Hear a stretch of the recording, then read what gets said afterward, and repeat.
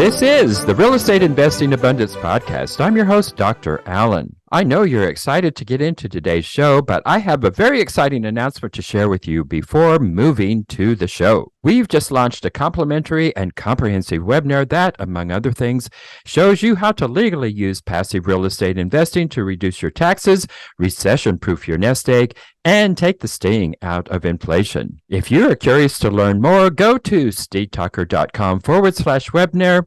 It is complimentary and only takes a couple of minutes of your time.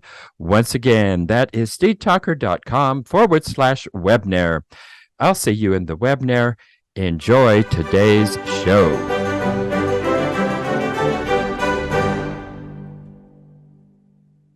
Hello, enlightened investors. Welcome back to Real Estate Investing Abundance. I'm your host, Dr. Allen. Delighted to be back with you again today. Thank you so much for joining us. We're going to go a little bit different direction today as we're varying from real estate investing specifically to a different way that we can diversify. And with us today is Kenny Ross, and he is going to help us break down the barriers to franchise ownership made accessible through his particular model of investing. Kenny is a CEO and founder of Fran Shares, which is a franchise expert company, and he has worked with over 600 different franchise brands across 100 industries. As an expert on franchise evaluation, he is able to identify the best ways to deploy capital into franchise ownership to maximize return on investment and operations. Featured in various publications, including Business Insider, Forbes, and ABC, his views on franchising have reached over 3 million people worldwide. So, Kenny, thanks so much for being with us, and share a memorable experience that helped you to be who you are today. Awesome. Well, first off, thank you very much for having me on here, Dr. Allen. And as far as my memorable experience, I was 11 years old, and remember people started getting cell phones, and I was like, oh, I really want to go get one. And I asked my dad for one, like every kid does. And he said, oh, you want one? Cool, go get a job. And if you get a job, I'll pay for the service when you can buy for a phone.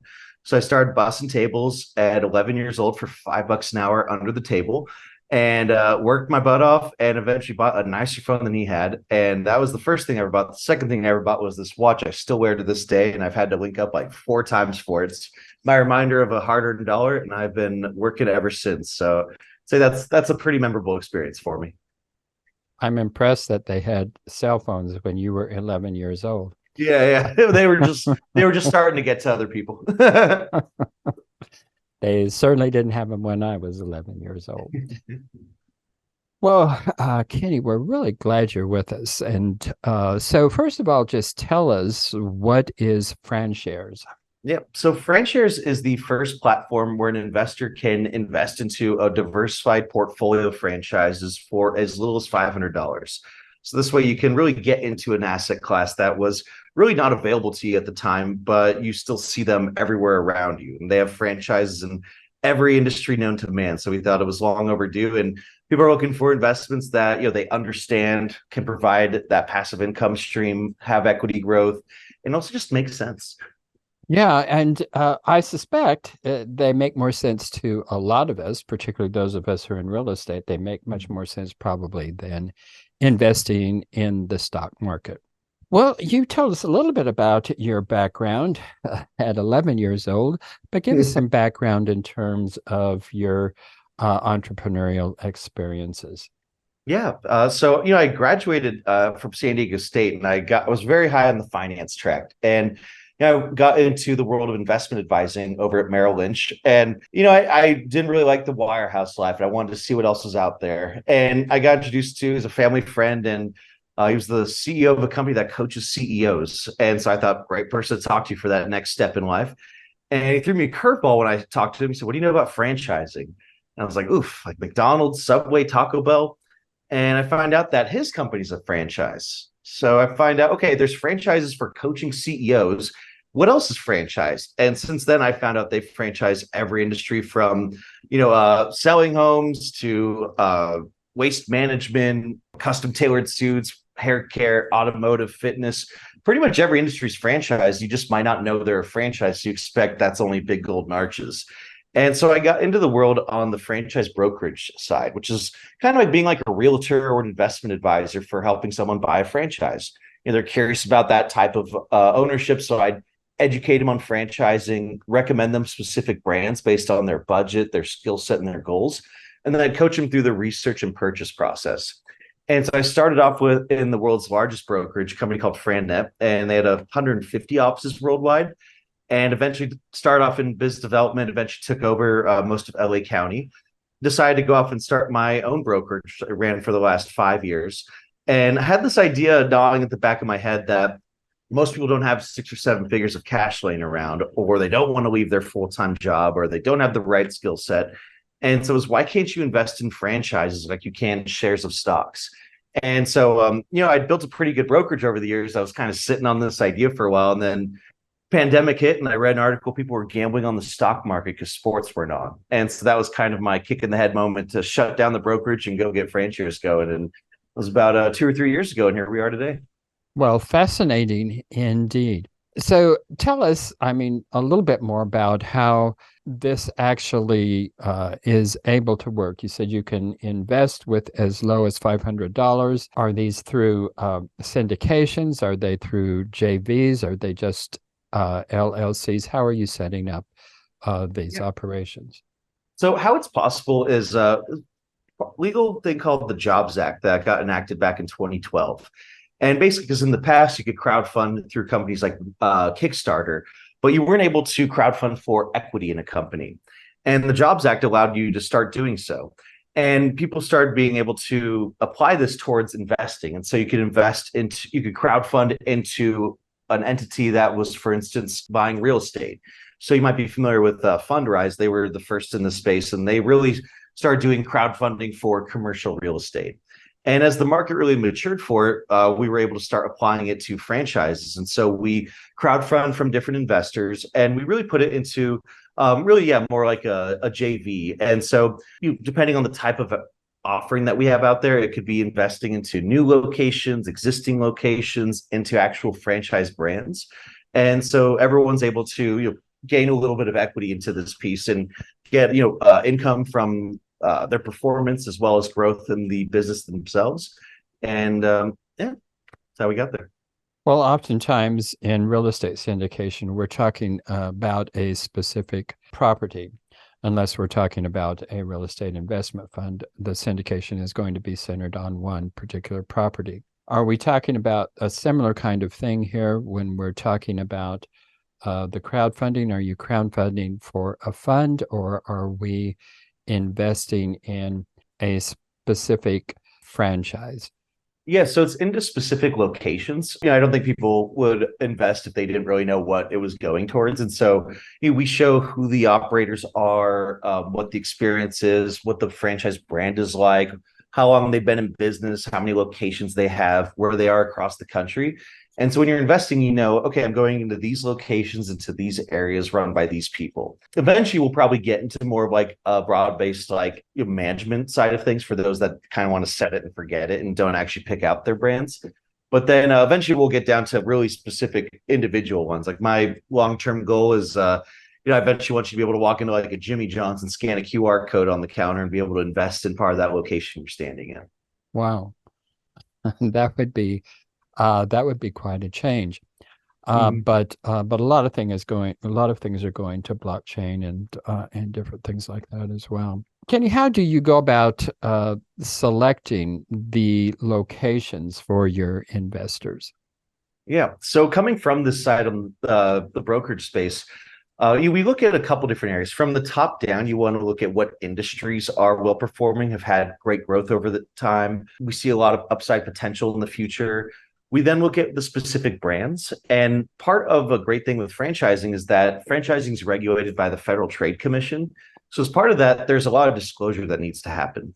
You can see, who the leadership team of the franchise is. Has there been any litigation against the franchise? How much does it cost to start locations? A lot of them are able to show what the average returns are.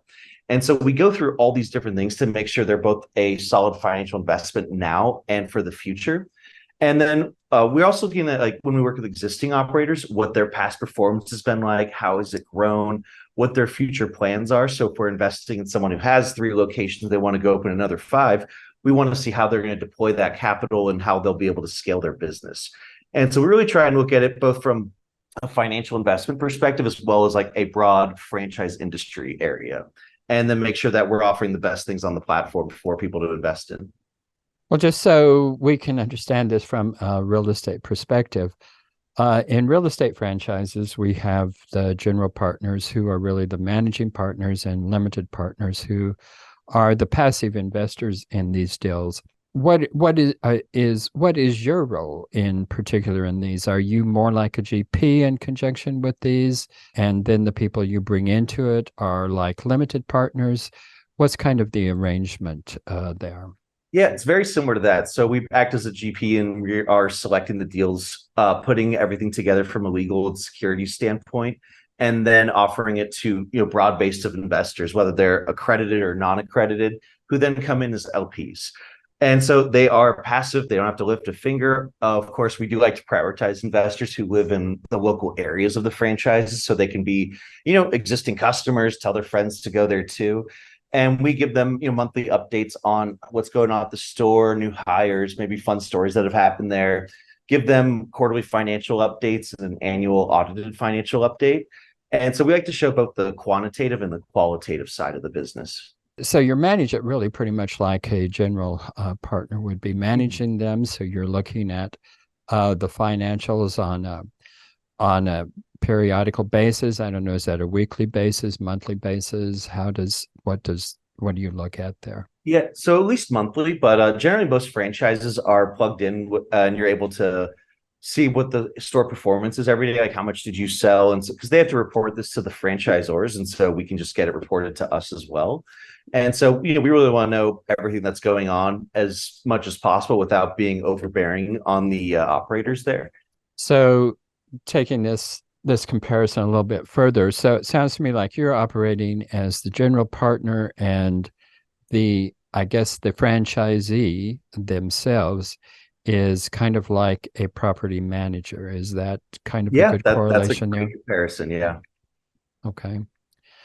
Except property managers really don't have a stake in it other than their duties to operate that. But a Yeah, so we actually want to franchisee, make sure they're like equity partners and they're able to earn more, and their pay is based on performance as well. So we want to make sure it says how they get paid is as closely aligned with the investors as possible.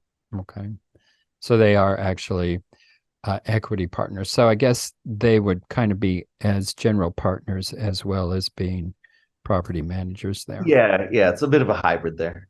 Okay. So how frequently do you open up new opportunities? I mean, currently we're opening locations about every month or two here, but as far as new opportunities on the platform, we tell people to hop on our wait list. We've got over 41,000 people on it right now, so that they can be ready for when any new offerings do come on. Right now, we're doing them about quarterly. We're expecting to bring that back up to monthly here soon, and then hopefully even quicker than that. We want a wide range of offerings for people to be able to look at. Are these opportunities, or are these franchises that you're investing in, are you investing nationwide? Is it regional? How is that? Yep. So we're nationwide, and starting off, we want to do kind of like nationwide type portfolios, but eventually we'll get down more onto the micro level. So like I'm based in Chicago, and soon enough we'll have something like a Chicago-based portfolio, so I can invest directly in everything that's around me and on the platform. And then eventually you'll also have kind of industry verticals, so like a health and wellness portfolio, cars and hair care type thing. So a little bit of everything that you'll be able to do. Enlightened investors, if you haven't done so already, be sure and click that like button and also click that share so others can take advantage of the content.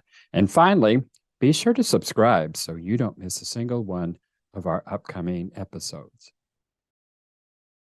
In terms of, you mentioned that there's just a broad range of these. Are there particular industries that are more appealing to this concept than others, or Well, it appeals to everyone, I could say. We're trying to think of like which ones we like the most for investors.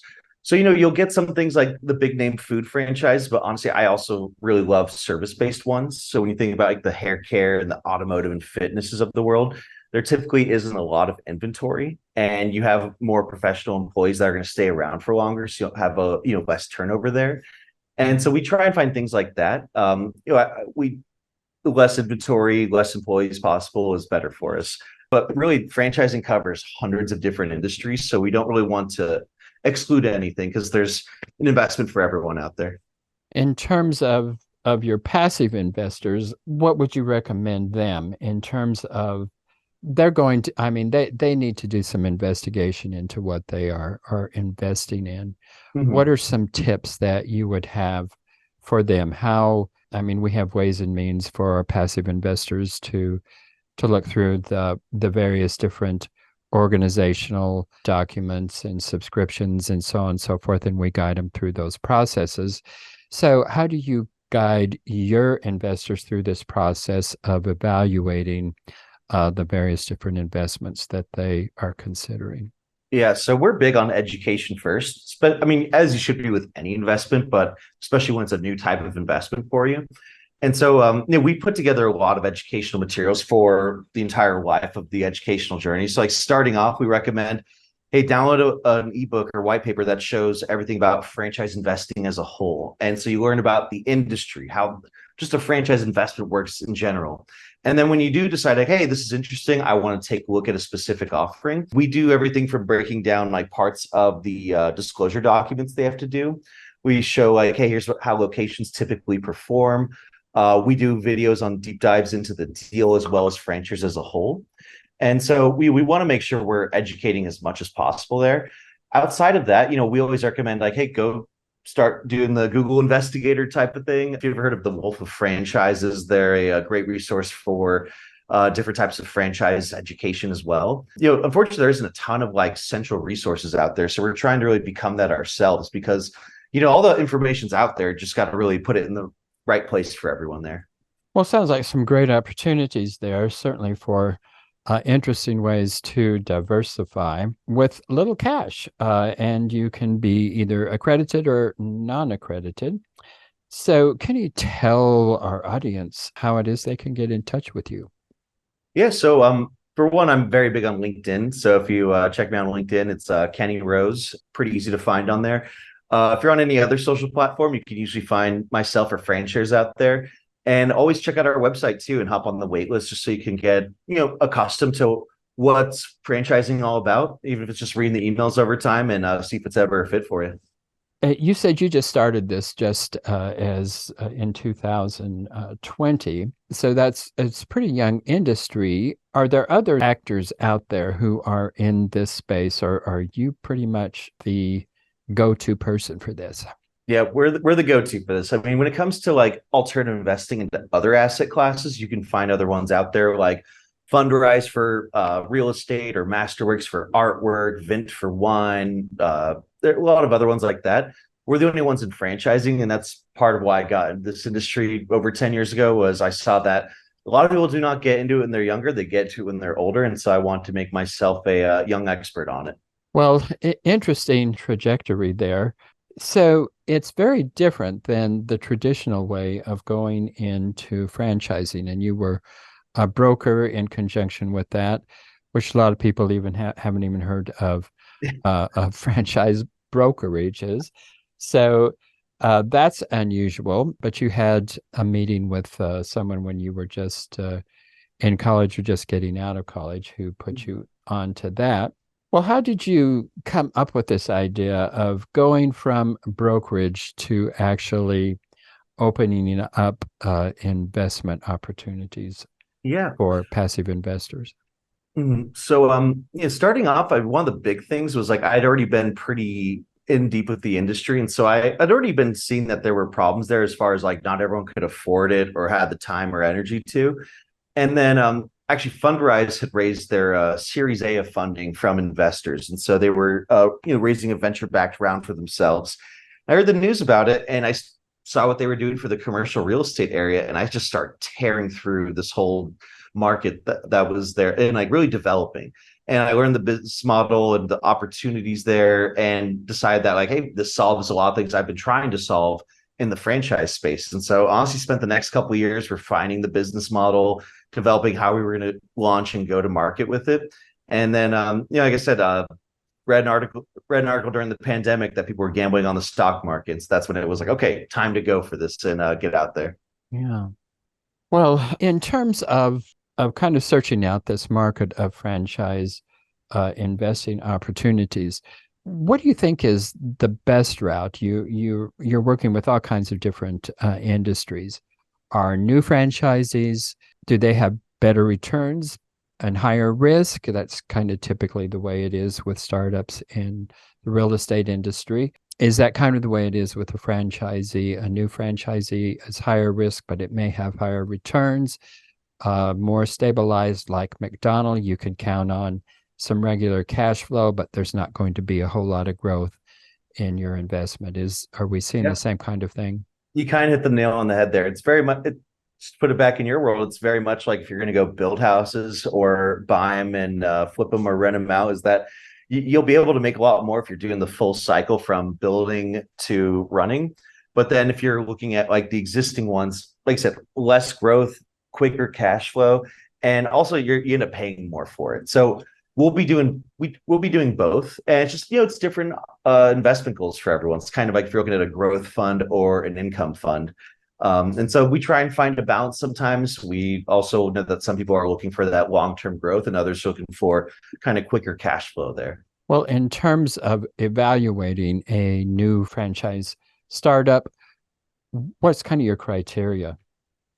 Yeah. So leadership, both on like the franchisor level as well as the franchisee.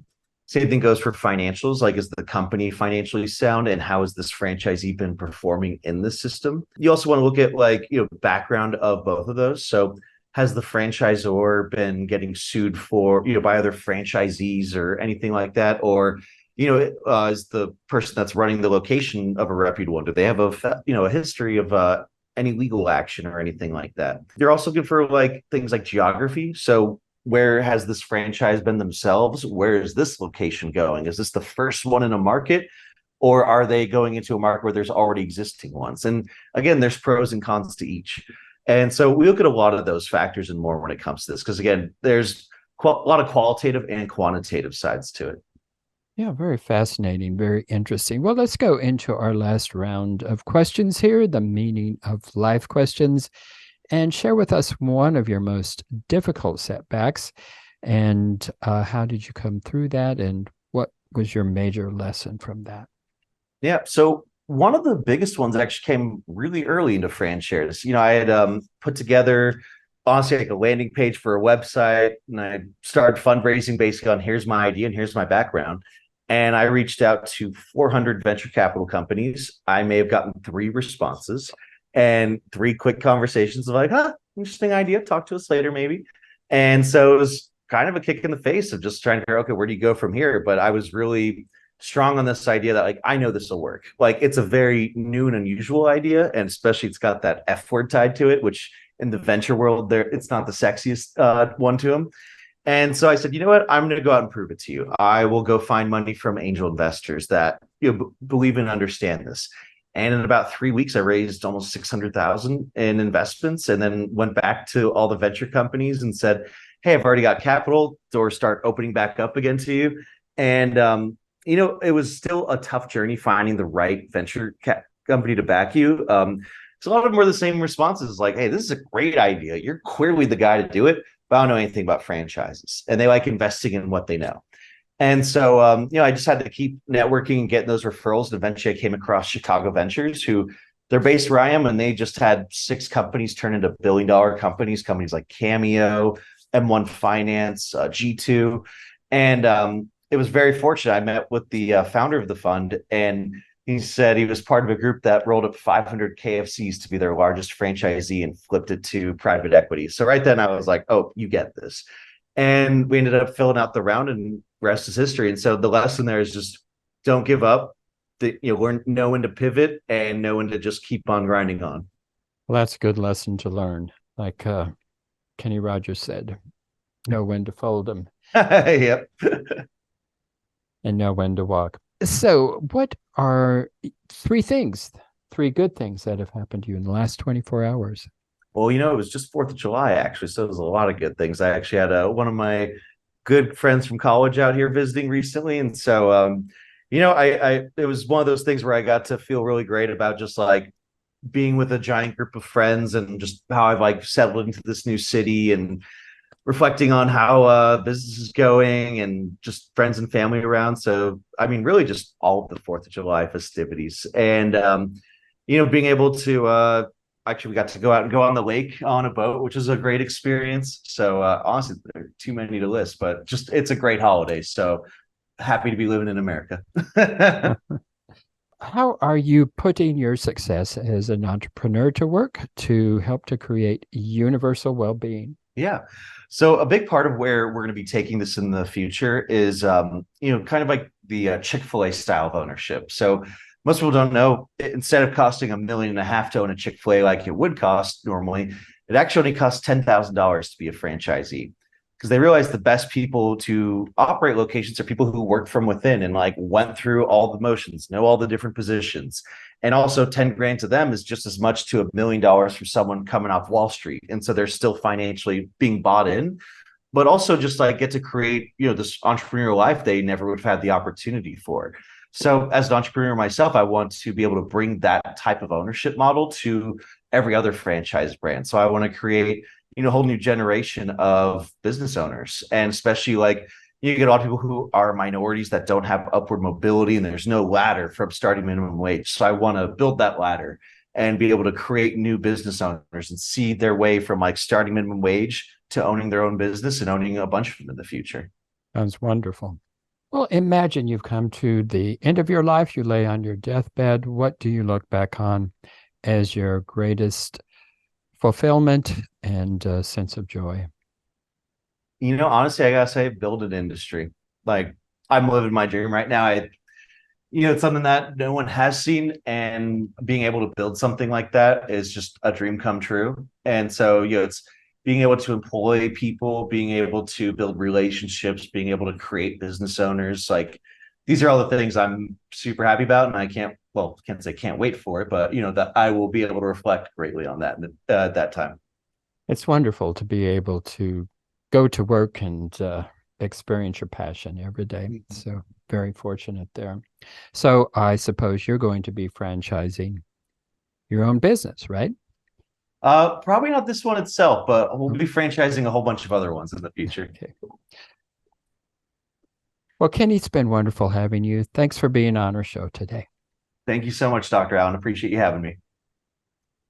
Enlightened investors, wait, don't go just yet. I just want to remind you about our recently launched webinar that you will not want to miss. If you're at all curious and would like to learn more about how real estate investing can diversify your investment portfolio, alleviate the anxiety associated with Wall Street swings, leverage your 401ks and IRAs to substantially increase the return on your investment, and do all of this with turnkey, hands-off, passive real estate investments, then you'll want to immediately go to stevetalker.com/webinar. In the webinar, we'll also address the common dubious investment schemes that you want to avoid. To access the webinar, go to stevetalker.com/webinar. I look forward to seeing you in the webinar. Thank you for tuning in to Real Estate Investing Abundance, brought to you by Steve Talker Capital, a company working for passionate professionals like you to develop financial independence built on solid, passive real estate investments. As part of our efforts to make the world a better place, Steve Talker Capital contributes to activities and organizations committed to better understand the equine. These endeavors attempt to enhance the human treatment of horses worldwide. Steve Talker Capital, working for a world where all creatures, great and small, flourish abundantly. For resources to develop your financial independence, connect with us at stevetalker.com.